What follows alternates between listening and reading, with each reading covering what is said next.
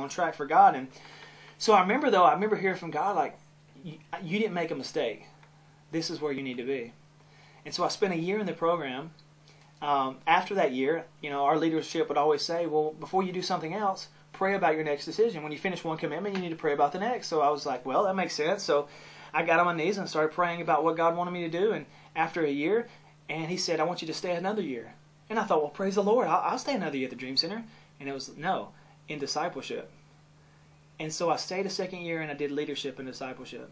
And I helped run the discipleship home. And, man, I have thanked God more times than I can count about how amazing it was to be able to go through a program like that, to be able to, for me being in Alabama, I didn't know what it was like to see someone who had a 25-year heroin addiction.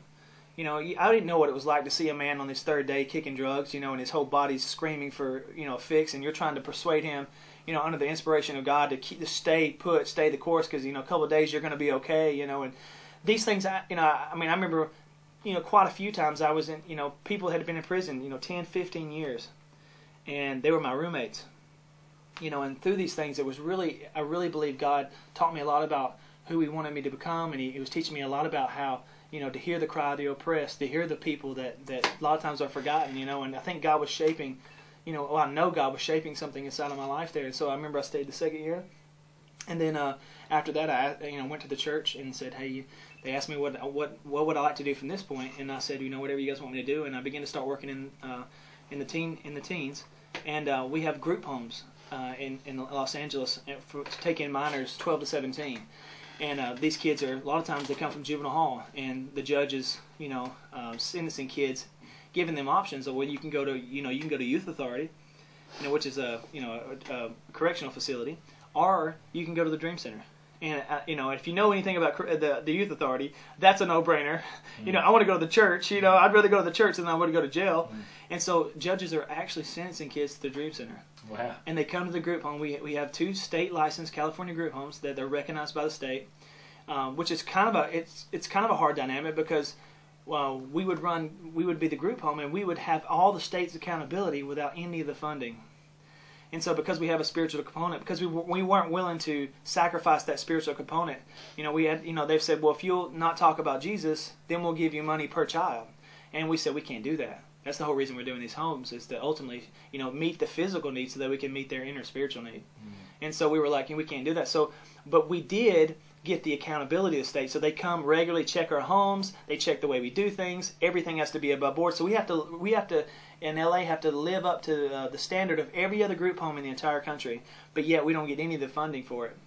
And so I became the house parent there, and I began to work with kids, and that was one of the greatest things in my life. And it was at that point that I really grabbed a hold of the fatherless generation, and the fact that we're living in a new world where kids are coming from fractured homes, broken homes, and sometimes not homes at all, and they're just trying to find their way. And the reason why, I'm learning more and more that every kid is the way they are most of the time because of a history loss. There's something in their history that's not right. Whether it was a lack of a dad or a mother, or abuse, or sexual abuse, or verbal abuse, there's always some story in every young person's life. And so it was at that time where I really think God just gave me a passion like I never had before for young people, and He began to show me to see things differently. Because before that I had a very judgmental, very hard view on things, and I think God used that to help me see things a little differently, the way He sees things. Because God, thank God, God doesn't see He sees us the way we are. He sees us for our potential. And we have a saying at the Dream Center, like we need to believe in not just in where people are, but we need to, we don't need to speak to just to people where they're at. We need to speak to their potential. Yeah, that's good. And just bring that potential out, and so I started working in the group homes, and I worked there for 2 years, and then that's where I met my wife. And my wife was actually the youth pastor. Her name's Stella, and she came to the Dream Center when she was 18 years old, and started working in the short-term mission department. And when the groups would come in, she would wash the sheets and take care of the towels and all for the youth groups. And one day, Pastor Tommy and Pastor Matthew saw how the teenagers gravitated to her, and they said, "You know what? You're the new youth pastor." And so there she was, 20 years of age, didn't know what she was doing, and she became the new youth pastor. And then she was actually my boss. My wife was my boss, and it was awesome. And she still is, though, even though if anybody's married, they know what that means. Yeah. So she comes in, and I start working for her, and it's just been an awesome ride. You know, we got married, and then Pastor Matthew met with us and was like, "Hey, I want you guys to run this thing together." And we started running it together, and then, you know, after I've been there 8.5 years, and 4 months ago, Pastor Matthew was like, you know, I've been praying about it, and I know without a shadow of a doubt that you guys are the couple to go out and just dominate New York for Jesus. And I tell you, you know, Matt, it's been an amazing 4 months. And it's been a challenging 4 months. Yeah, yeah. I know the transition from youth pastor to senior pastor. I can relate to you, but it's a step of faith. You know, you got to step out and you'll make history as you step out. You know, that scripture in Joshua: wherever you place your foot, you'll have victory. You know, and problem is a lot of Christians don't even place their foot; they just sit there. You're not going to get any victory if you just sit there, are you? That's a good point. You've got to step out. So I encourage you in how you've stepped out. And the good thing is you've got a great parent church. So let's talk a bit about Dream Centre. Yes, sir. What's the weekly attendance? Is it like a mega church? You know, how many people? Well, they're actually launching another service, and right now between all the services, because we actually have 2 Hispanic churches, a Filipino church, a Japanese church, a Romanian church, and Armenian, and we have our English services. And so between all the services, there's about 6,000 people that attend the church every week.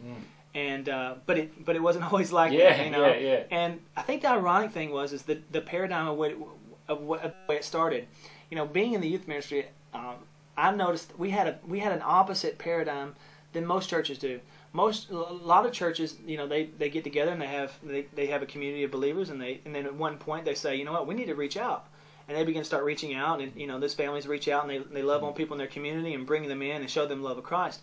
But Pastor Matthew started the inversely, you know, he started with the outreach, and because he didn't have any families going to his church, he didn't have those families, so he literally had to just bring people off the street and disciple them, show them the way, and then as it began to grow, as the church began to grow, people started falling in love with the mission of the church, and then as it began to build, now it's kind of snowballed to the fact where other, you know, people from around the LA area are excited about the vision. You know, young couples and married couples and families now are coming to the church. And so for a youth pastor, you know, a lot of times I hear this a lot. A lot of times the youth pastor has a problem because they start reaching out and doing bus routes, and then, you know, some of the parents, there's a paradigm because you got kids coming in that maybe have, you know, maybe they have foul mouth, so they have bad problems, and they're intermingled with other kids, and they're afraid that there's going to be some kind of, you know, some kind of lapse there.